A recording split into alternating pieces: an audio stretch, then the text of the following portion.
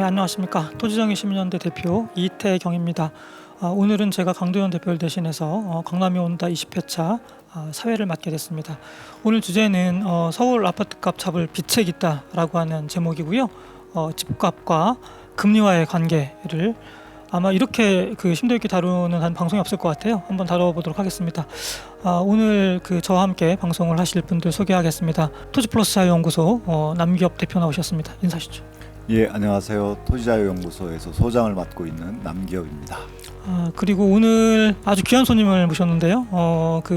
금리 관련해서 저에게 아주 좋은 정보와 또 의견을 주실 선생님입니다. 송기균 경제연구소의 송기균 소장님 나오셨습니다. 네, 안녕하세요. 송기균입니다. 초대해 주셔서 감사하고요. 제가 지금 하는 일은 서울 집값 폭등의 문제를 지적하고 대안을 제시하는 글을 쓰고 유튜브 방송을 한 2달 전에 시작을 했습니다. 제가 방송하는 채널명은 집값 하락해야 산다입니다. 여러분 많은 관심 부탁드리겠습니다.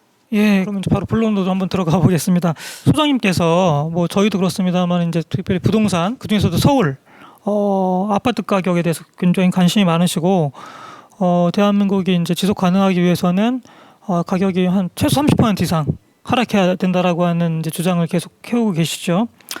그래서 지금 일단은 서울 아파트값 동향이 어떤지가 좀 궁금합니다. 좀 스케치를 해주시면 어떨까 싶은 생각이 있네요. 서울 아파트 값을 대표하는 지표는 아파트 실거래가 지수가 그러니까 실제로 이 아파트 가격 동향을 가장 잘 보여주는 지수라고 생각을 하고요. 2006년 1월 달에 노무현 정부에서 도입을 했죠.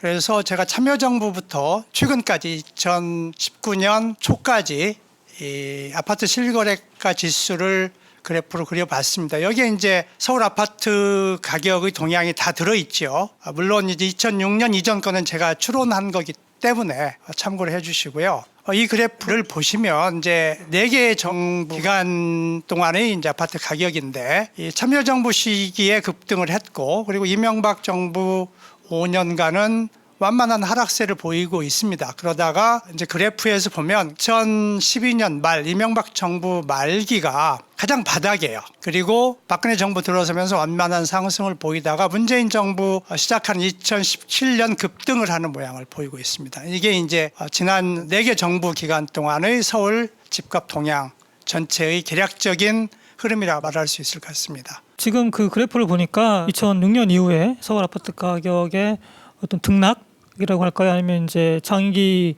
추세라고 할까요? 이게 이제 명확히 보이는 것 같고요. 근데 역설적이게도 참 개혁 정부라고 해야 되나요? 아니면 자유주의 정부라고 해야 되나요? 노무현 정부와 문재인 정부 시기에 가격이 굉장히 폭등하고 오히려 이제 이명박 정부, 박근혜 정부, 우리가 보기에는 보수 정부도 아니지만 그 정부 시기에 이제 가격이 오히려 떨어지거나 상승폭이 완만했다라고 하는 걸 알 수 있습니다. 여러 가지 원인이 있겠죠. 그렇지만 그러면 도대체 왜 이렇게 가격이 올라가는 거냐 서울 아파트 가격이 라고 하는 게 굉장히 또 궁금합니다. 그 원인이 그러니까 정말 집이 대부분 말하는 것처럼 집이 정말 모자란 거냐, 공급을 더 해야 되는 거냐, 아니면 투기 때문에 그런 거냐, 이 대목이 참 궁금한데요. 소장님께서 거기에 대해서 또 준비를 해오신 게 있죠?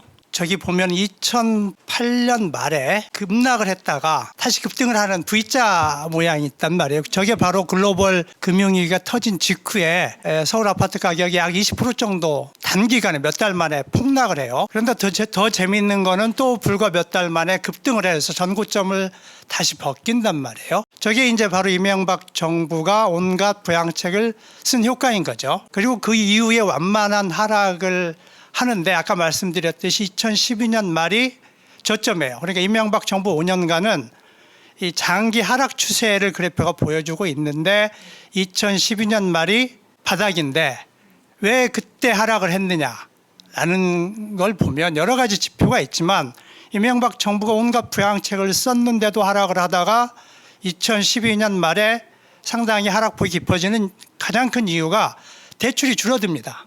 2012년 말이 되면 대출이 줄어드는 이유를 추측컨대는 정권 말기이기 때문에 은행권에서 가계부채를 좀 무책임하게 늘린 거에 대해서 정권이 바뀌면 거기에 따른 책임이 있을 걸 우려해서 은행권들이 정권 말기에 대출을 좀 그 전보다 엄격하게 집행을 한 것이 아닌가 싶어요.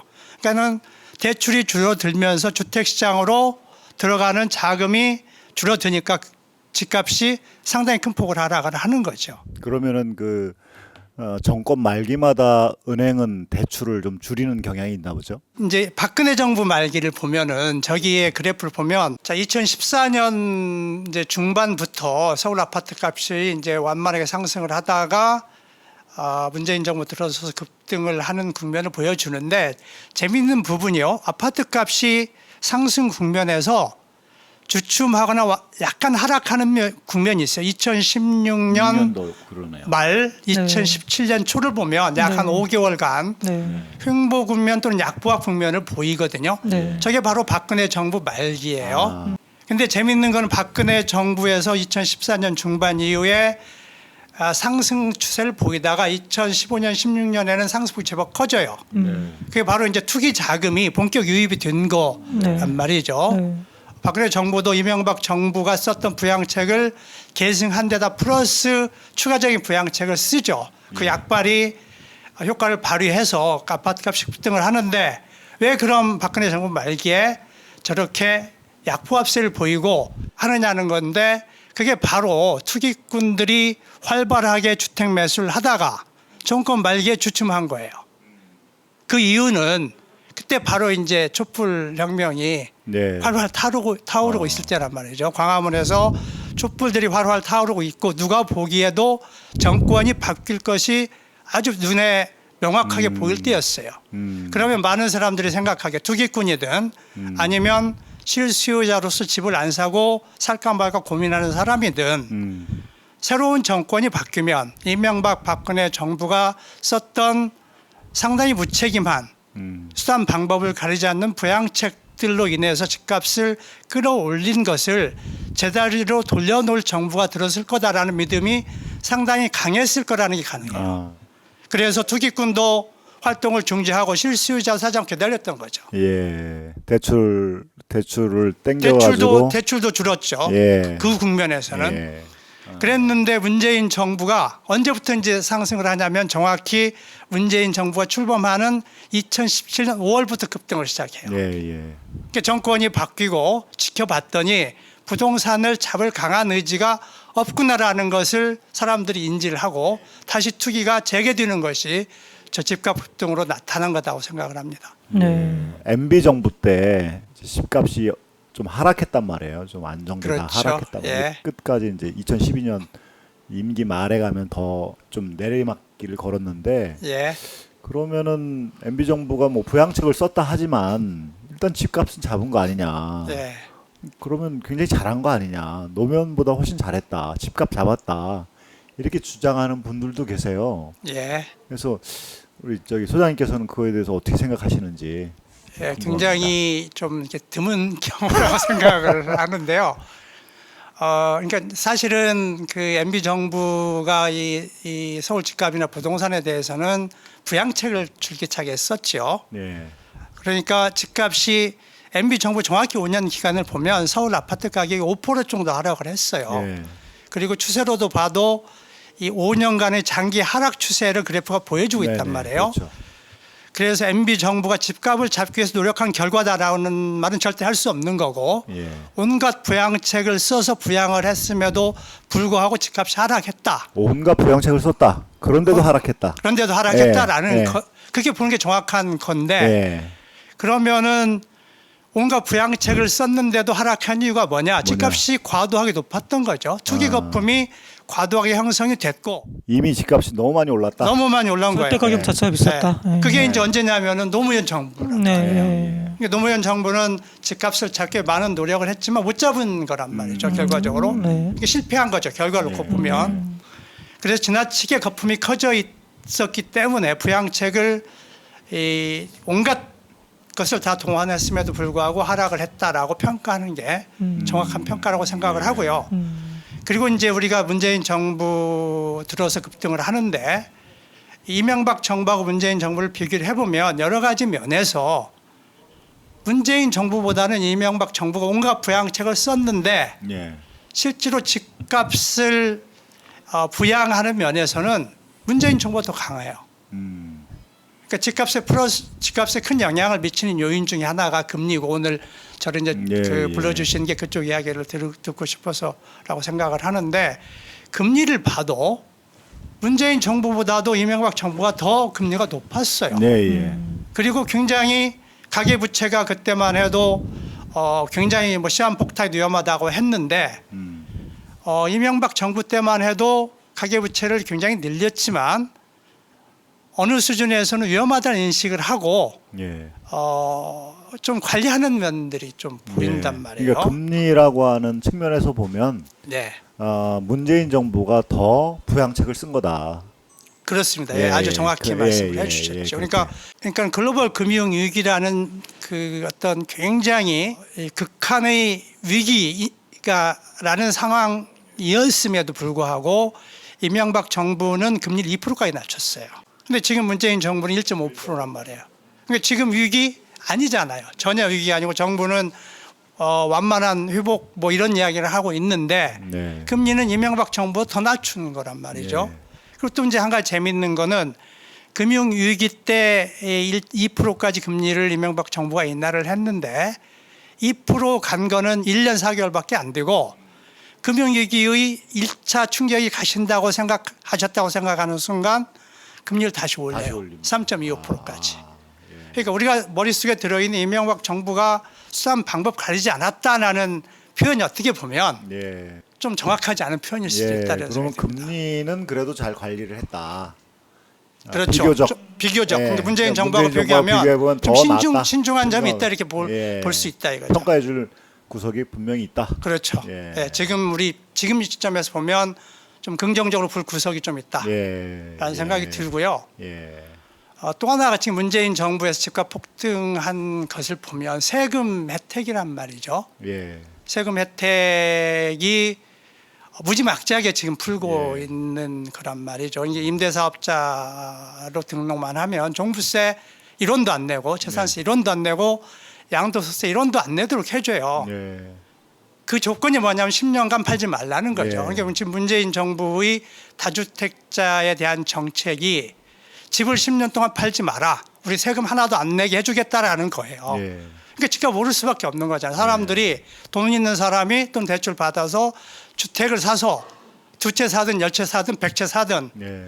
사서 10년 동안 안 팔고 있으면 네. 세금을 하나도 안 내게 해주니까 집값이 50% 오르면 50% 이익을 고스란히 챙기게 문재인 정부가 해주고 있단 말이에요. 네. 저희는 그걸 그냥 통탄할 노릇이라고 보고 있습니다. 통탄한 노릇이죠. 그런데 예. 이명박 정부에서는 그런 혜택이 하나도 없었어요. 예.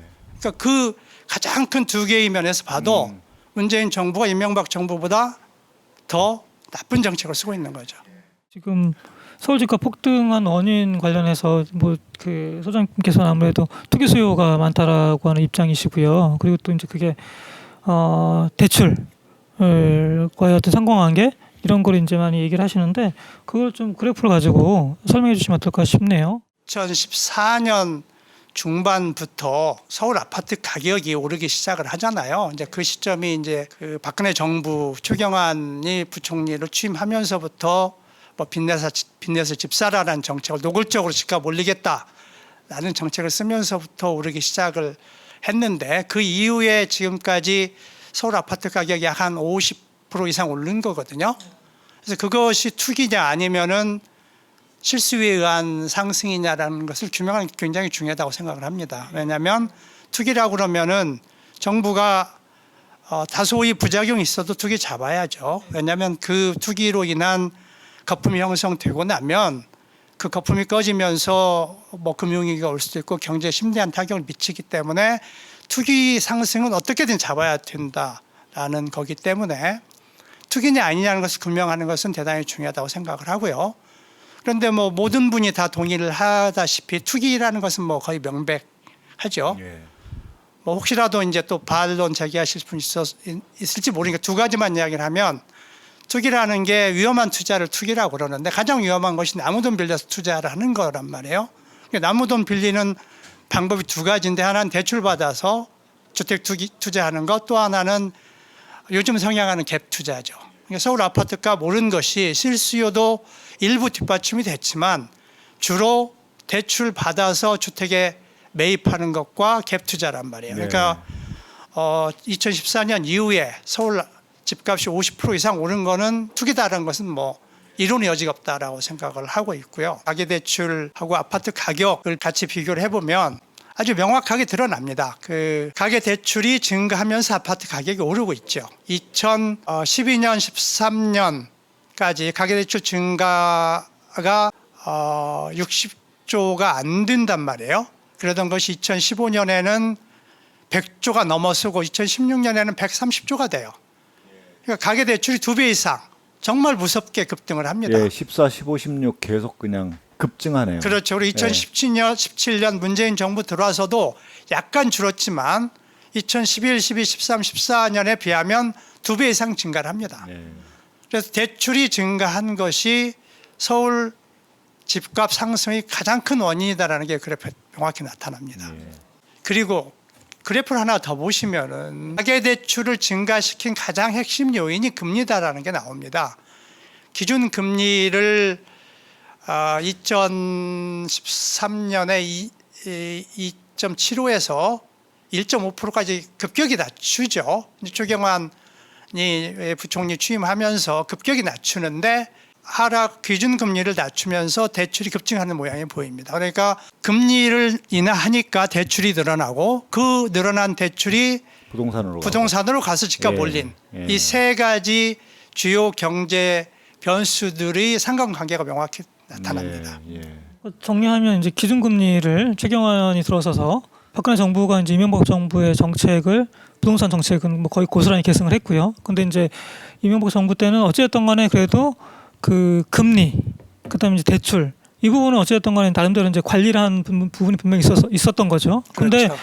박근혜 정부는 이명박 정부가 추진했던 그 부동산 경기 부양책 이건 고스란히 계승을 했는데 그런데도 불구하고 이제 그 서울 같은 경우에 지방은 그 전에도 올랐습니다. 많이 올랐죠. 근데 서울 아파트 가격이 안 움직이니까 급기야는 이제 기준금리를 굉장히 공격적으로 인하를 하고 그리고 또 심지어는 그 LTV, DTI를 풀어서 레버리지 상향을 늘려준 거죠. 그 금리도 낮고 대출도 더 많이 해줄 수 있게 해주니까 사람들이 굉장히 이제 손쉽게 부동산 시장으로 아파트 시장으로 들어왔고 그러면서 이제 가격이 하고 올라가고 그러면 이제 실수요자들도 당연히 이제 마음이 급하니까 수용 매수를 하게 되고 이렇게 이제 계속 악순환을 보이면서 가격이 급등했다. 이렇게 정리하면 될까요? 그렇죠. 예, 정확하게 지금 말씀해 주신 게 추경안 이후에 네. 정부가 이 금융 그러니까 금리와 대출이라는 수단을 통해서 집값을 올린 과정 지금 그 이 대표님 이야기해준 그 과정을 거쳐서 서울 집값 상승을 이끌어낸 거죠. 네. 수장님 여기서 그거 하나도 좀 추가되지 않을까요? 제가 기억하고 있기로는 최경환 부총리 들어서서 그 민간 임대 사업자로 등록하면 세금, 재산세나 종부세를 감면해주고 안 내게 해주겠다. 양도세도 그게 최경환 때부터 시작된 거 아닌가요? 네, 그렇죠. 예, 네, 그것도 하나에 굉장히 영향을 줬을 예. 것 같습니다.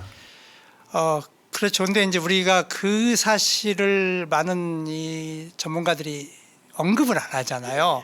그러니까 추경안 하면은 빚내서 집 사라 라고 생각을 하는데 그리고 금리를 낮춤과 동시에 그 은행 뭐 경영진이 다 청와대가 실질적인 인사권을 갖고 있는 사람들이기 때문에 예. 청와대에서 대출 해줘라 하면 그 따르지 않기 어려운 예. 잖아요. 인사권 목줄을 쥐고 있으니까. 예. 그래서 은행 경영진들이 상당히 적극적으로 대출 확대에 협력을 했다라고 생각을 합니다. 예. 그러니까 추경안 지시를 하면 금통위에서 금리를 알아서 팍팍팍 낮추고 예. 은행 경영진들은 대출을 막 풀어서 예. 그 돈이 주택시장으로 흘러가도록 예. 만든 예. 것 그것이 이제 여기 지표에 나와 있듯이 집값을 올렸는데 또 하나가 우리 남 소장님 이야기했던 요인들인데 예. 그것이 많이 전문가들 입에서 언급이 안 됐다는 이야기는 예. 그 힘이 예. 박근혜 때는 크게 발휘되지 않았을까라는 생각이 들어요. 그 마이너한 요인이었다. 잠재적으로 있었던 것이 있지만. 그게 이제 폭발적으로 드러난 게 문재인 정부 예, 거죠. 문재인 정부는 그걸 더 확대했다는 거 아니에요? 그렇죠. 이제 확대는 기본적인 세금은 모든 걸 안 내도록 해준 건 박근혜가 다 해줬는데 예. 문재인 정부가 기여를 한 것은 예. 일부 좀 더 그것을 그 많은 사람들이 활용할 수 있도록 해줬고 예. 엄청나게 홍보를 했습니다. 아, 홍보. 그리고 저는 상징적인 의미가 더 중요하다고 생각을 하는데 아까 이 서울 집값이 2016년 말에 촛불혁명 기간 중에 5개월 동안 소폭 하락을 한 국면에서 투기꾼이든 실수요자든 이 이명박 박근혜가 썼던 부양책을 새로운 정부가 들었으면 취소해서 집값이 올랐던 것을 다시 내려놓을 거다라는 기대를 굉장히 강하게 가졌었던 예, 건데 네.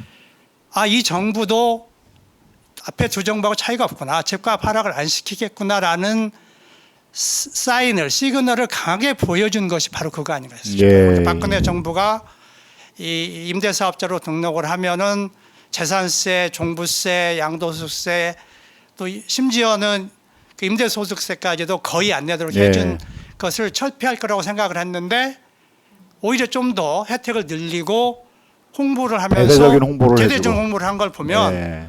그게 어떤 상징적으로 주택 투기를 해도 좋구나. 예, 이 정부도 예. 그걸 장려하는구나라는 시그널을 강하게 준 게 아닌가 이렇게 생각이 저도 듭니다. 제 기억에도 박근혜 정부 때 최경환 부총리 때 임대사업자 등록하면은 그 혜택을 주겠다, 세제 혜택을 주겠다라고 한 것이 기사화되거나 정부에서 널리 홍보하거나 그런 기억은 별로 없어요. 근데 이제 문재인 정부 17년 12월 13일 날 그거 대책을 발표하는데 예, 그 이후에는 계속 그걸 홍보하더라고요. 예, 아주 적극적으로 홍보를 했죠. 예, 그게 예. 굉장히 중요한 예. 요인이었던 것 같습니다. 결국에는 시장 참여자들이 그러니까 저는 이제 그런 얘기는 참 좀 웃기다고 생각하는데 이제는 정부가 시장을 이길 수 없다. 부동산 시장을 예. 시장에서 뭐 이런 얘기 자꾸 많이 하거든요. 근데 저는 전혀 동의하지 않아요. 예. 말도 안 되는 얘기고 정부가 의지를 갖고 하면 왜 못하겠습니까? 그렇죠. 시간이 좀 걸릴지 몰라도 반드시 효과가 나타나거든요. 예. 그러니까 예를 들자면 저도 뭐 이제 와서 보면 완전히 오판한 거였는데 이명박하고 박근혜 정부에서 그렇게 이제 정말 부동산 관련해서 그 경기 부양하고 가격 올리려고 별짓을 다 했잖아요. 예, 근데 그게 처음에는 물론 뭐 그때 당시에 이제 그 글로벌 금융위기도 있었고 2010년하고 12년에는 유럽발 재정위기도 있어서 워낙 강력한 외인 변수 때문에 그게 안 먹힌 것도 좀 있었을 거예요. 효과가 늦게 나타나는 것도 있었지만 아무튼 그 정부들이 이제 거의 9년 동안 누적적으로 그렇게 정책들을 집행을 하니까 그 예. 효과가 분명히 나타나거든요. 예. 가격 상승하는 거잖아요. 그렇죠. 지금 이게. 그래서 마찬가지로 사실 뭐 이 정부가 의지를 갖고 집값을 안정시키겠다고 마음먹으면 왜 그게 효과가 없겠습니까? 근데 이제 문재인 정부가 했던 것 중에서 보면은 혹시 가장 대표적인 게 세 가지 정도 신호를 준 것 같아요. 시장 참여자들한테. 그러니까 시장 참여자들이 이 정부가 부동산 가격을 떨어뜨릴 의지가 있느냐 없느냐라고 하는 걸 보는 이제 그 신호가 결국엔 금리가 있을 거고요. 당연히. 그리고 이제 또 하나가 임대사업자에 대한 태도. 예, 임대사업자에 대한 태도. 그 다음에 또 하나가 제가 보기엔 이제 보유세일 예. 건데 세 가지 다 굉장히 이게 집값이 상승하는 쪽으로 이 정부는 이렇게 움직였거든요. 그렇죠. 그러다 그런 시그널 줬죠. 예, 시장에. 예. 그러다 보니까 결국에는 이런 맞습니다. 결국에는 뭐 결국엔 재앙이죠, 재앙이 이제 벌어진 거라고 보이고요.